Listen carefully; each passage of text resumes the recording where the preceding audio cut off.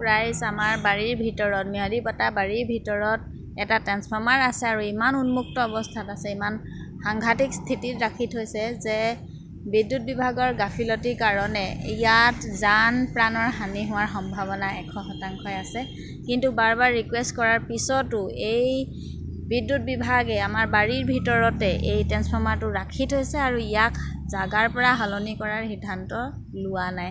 কেইবাবাৰো মই এপ্লিকেশ্যন জাৰি কৰিছোঁ, তথাপিও গুৰুত্ব দিয়া নাই। গাঁৱৰ ৰাইজক যেতিয়া মই আপিল কৰিছোঁ, তেওঁলোকে এই ট্ৰেন্সফৰ্মাৰটো বেয়া হ'লে আহে, কিন্তু আচল অৰ্থত ইয়াৰ পিছত আৰু সকলো কথা পাহৰি যায়। এয়া চাওক, মোৰ ঘৰৰ ওপৰে কাৰেণ্টডাল এনেকৈ গৈছে আৰু এয়া বাঁহ পৰি আছে মোৰ ঘৰৰ ওপৰতে। আৰু এতিয়ালৈকে মই 3 বাৰ ফোন কৰিলোঁ, কোনো বিদ্যুৎ বিভাগৰ কৰ্মী অহা নাই এই বাঁহকেইডাল কাটি দিবলৈ। আৰু কেনেবাকৈ যদি ইয়াত বিদ্যুৎ স্পৰ্শ হৈ বাঁহডাললৈ শ্বৰ্ট চাৰ্কিট হয় আৰু গোটেই ঘৰটো আৰু সেই বাঁহজোপা লগ লাগি মোৰ গোটেই বাৰীখন কি হ'ব পাৰে, কাৰেণ্ট হৈ যাব পাৰে আৰু মই মৃত্যুৰ মুখত পৰিব পাৰোঁ। ইমান জানৰ জখম লৈ কেনে এই ধৰণে জীৱন অতিবাহিত কৰিবলগীয়া হৈছে।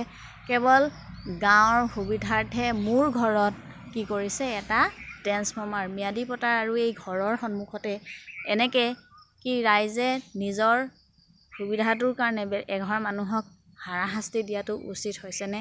ৰাইজে স্বয়ং নিজেই বিচাৰ কৰক।